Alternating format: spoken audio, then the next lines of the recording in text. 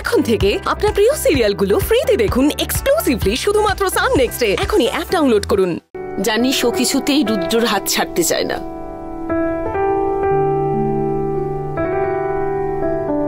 রেবতীরও খুব ইচ্ছে যে ঋদ্ধি এই বাড়িতে বউ হয়ে আসুক।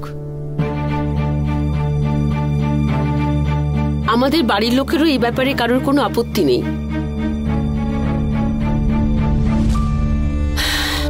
কিন্তু রুদ্র তার মানে ওর যে আমরা বিয়ে দেব তার জন্য একেবারেই ও তৈরি নয়। রুদ্রর সামনে তো ওর বিয়ে নিয়ে কোনো প্রসঙ্গই তোলা যায় না, কিন্তু ওর মনটাকে তো আমরা কিছুতেই পরিবর্তন করতে পারছি না। রুদ্র তো ওকে কোনোভাবেই ভালোবাসে না। তুই কি সেটা বুঝতে পারছিস গৌরী? তুই এই বাড়ির সবাইকে একসঙ্গে বেঁধে রাখার জন্য অনেক চেষ্টা করেছিস। ওদিকে ঋদ্ধি রুদ্রর সঙ্গে বিয়ে হবার আশায় এই সব কিছু করে যাচ্ছে, মানুষের মন জয় করার চেষ্টা করছে, কিন্তু এই বাড়ির লোকেরা তো কিছুই বুঝতে চায় না যে ঋদ্ধি ওর জন্য ঠিক নয়। রুদ্রের জন্য ওই মেয়েটা একেবারেই ঠিক নয়। এই বাড়িটাকে সামলাতে পারবে না ও। আমি চাই একটা ভালো মেয়ে যে রুদ্রকে বুঝবে, রুদ্রকে ভালোবাসবে, কিন্তু এই মেয়েটা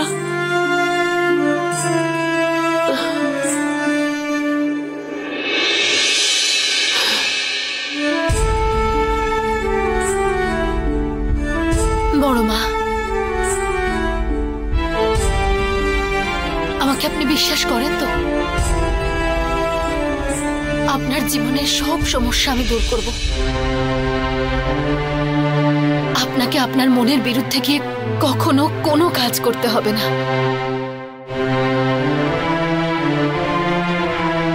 এই বাড়ি ছেড়ে আমি অনেক দূরে চলে যাব। কথা দিচ্ছি আমি আপনাকে, কথা দিচ্ছি আমি আপনাকে, কথা দিচ্ছি আমি আপনাকে।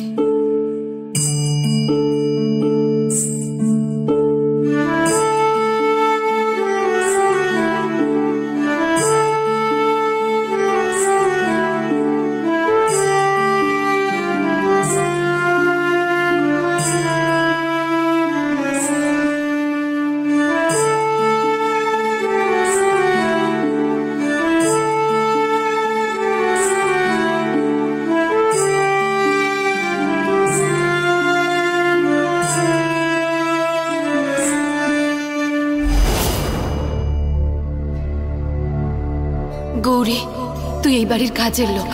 এমন কোনো স্বপ্ন দেখিস না যেটা পূরণ হবে না। তোর জীবনের আসল সত্যিটা কিন্তু তুই ভুলে যাস না। তুই এই বাড়ির কাজের লোক আর রুদ্র স্যার মালিক। তোরা দুজন কোনোদিনও এক হতে পারবি না। তোর নিজের যোগ্যতাটা ভুলে যাওয়া তোর মূর্খামি ছাড়া আর কিচ্ছু নয়। এই বাড়িতে তোর কোনো মূল্য নেই। তোকে এই বাড়িতে থাকতে দিয়েছে, খেতে দিয়েছে, সেই বাড়ির লোকগুলোকে তুই কষ্ট দিতে পারিস না। সেটা পাপ হবে রে গৌরী, পাপ হবে। ঋদ্ধি ম্যাডাম, রুদ্র স্যার শুধু আপনার, শুধুমাত্র আপনার।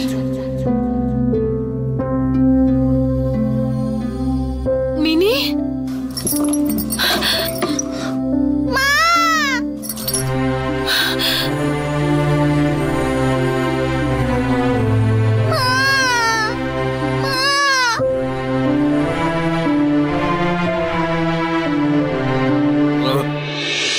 বাবা, মন ভরে গেল।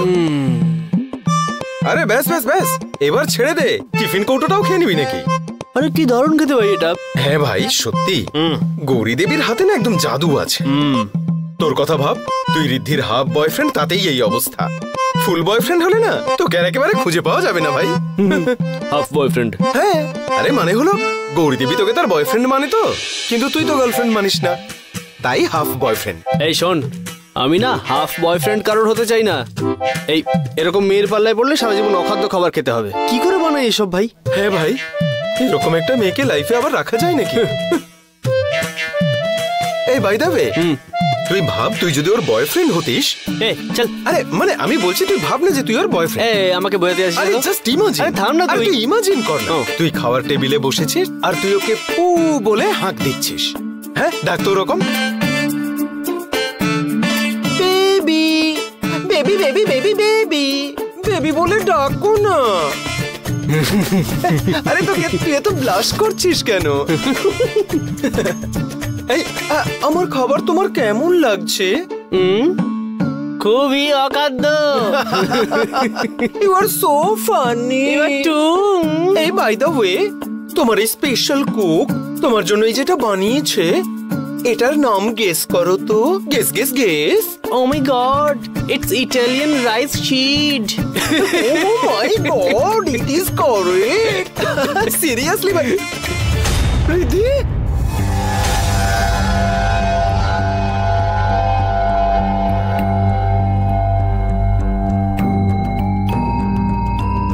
কি হলো? গল্প সব থেমে গেল?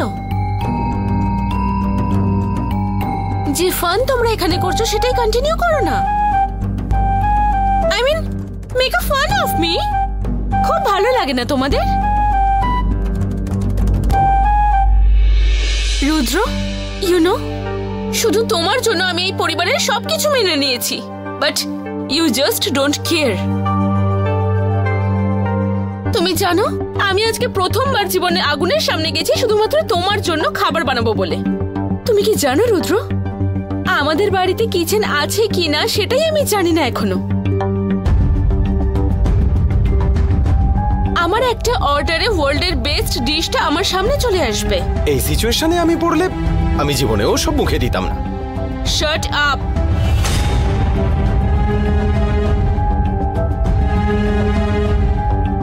রিদ্ধি। রুদ্র, বেবি, তোমার জন্য আমি ফার্স্ট টাইম কিচেনে গেছি। ইউ নো, শুধু তোমার মুখের হাসিটা দেখবো বলে আমি কুকিং এ অতটা টাইম স্পেন্ড করলাম, but you feel it's a joke. তোমরা সেসব নিয়ে হাসাহাসি করছো, আমাকে নিয়ে হাস্য কৌতুক বানাচ্ছো। রুদ্র, তুমি এতটা কঠোর কি করে হতে পারো? আমি কোনোদিন স্বপ্নেও কল্পনা করতে পারিনি যে তুমি এইরকম করবে।